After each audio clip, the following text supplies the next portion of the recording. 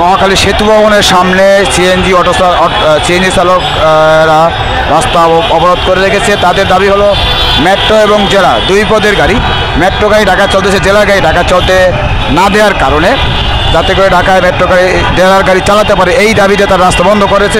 মহাখালী সেতু ভবনের সামনে রাস্তা বন্ধ করে রেখেছে। পুলিশের সাথে আন্দোলনকারীদের একটু ধাওয়া পাল্টা দেওয়া চলতেছে।